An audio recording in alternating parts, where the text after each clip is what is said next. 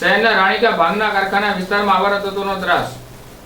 ભાવનગર શહેરના રાણીકા ભાંગના કારખાના વિસ્તારમાં મોડી રાત્રિના સમયે આવારા તત્વો આવીને માથાકૂટ કરીને 2 ટુ વ્હીલરને નુકસાન કર્યું હતું અને પથ્થરના ઘા માર્યા હતા, જેને લઈને રાણીકાના ભાંગના કારખાના વિસ્તારના લોકો મોટી સંખ્યામાં એકઠા થઈને ગંગાજળિયા પોલીસ સ્ટેશન ખાતે એકઠા થઈને રજૂઆત કરી હતી। જોકે અવારનવાર જ્યારે રાણીકા વિસ્તારમાં આવારા તત્વોનો ત્રાસ વધી રહ્યો છે, ત્યારે રાણીકા વિસ્તારના ભાંગના કારખાના નજીક પોલીસનું પેટ્રોલિંગ વધે તેવી લોકો રજૂઆત કરી રહ્યા છે।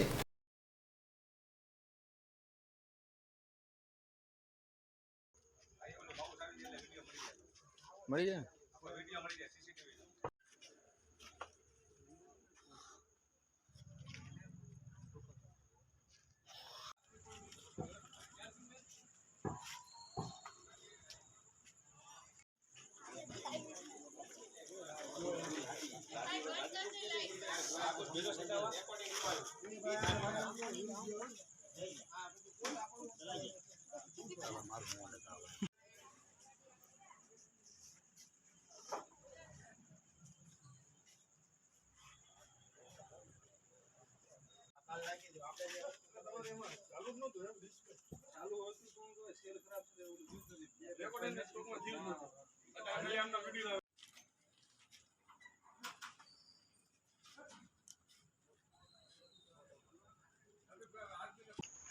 રાણીકા અને અમે તો બહારના રહેવાસી છીએ, પણ અહીંયા આવ્યા, હું મારી મમ્મીના ઘરે આવી, પણ અહીંયા બહુ ત્રાસ છે બધાયને અને ડેલાવાળાને કે જેમ તેમ બધા આવીને જેમ તેમ ગાળું બોલી જાય।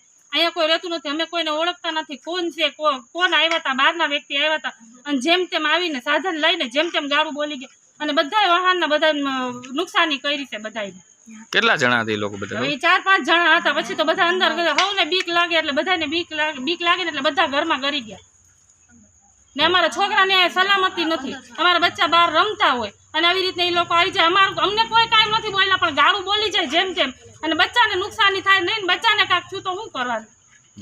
અમારી સલામતી થાય ને એવું અમને કરી દો, બીજું કાંઈ નહીં।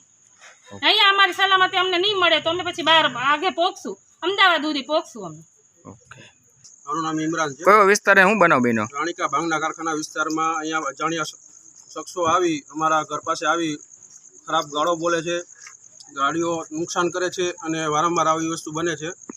જો આ વસ્તુ માટે કોઈ પગલાં નહીં લેવાય તો અમે ગાંધીનગર લગી ફરિયાદ કરશું। અત્યારે શું હાલ બનાવ શું બન્યો? અત્યારે બનાવમાં એવું છે, કોઈ અજાણ્યા માણસો આવી ઘર પાસે આવી બધાના ઘર વિખાવે છે અને ઘરમાં ગરી જાય છે અને અપશબ્દો વધારે બોલતા બોલે છે, એમ ન સાંભળી શકાય। કઈ નુકસાન કર્યું? કઈ નુકસાન કોઈક બહારની કોઈકની ગાડીનું નુકસાન કરેલું છે, અમારે અહીંયા કોઈ નુકસાન નથી કર્યું, પણ છોકરાઓ બી જાય એ રીતે મોટા મોટા અવાજે રાડું પડે છે, ગાળું બોલે છે। તમે પોલીસ સ્ટેશનમાં ગયા હતા, શું કીધું? પોલીસ સ્ટેશનમાં કીધું છે અત્યારે ગાડી મોકલેલી છે ને અમારી માંગણી એવી છે કે અહીંયા છાવણી મૂકવામાં આવે, SRPની છાવણી જ્યાં પહેલાં હતી મૂકવામાં આવે।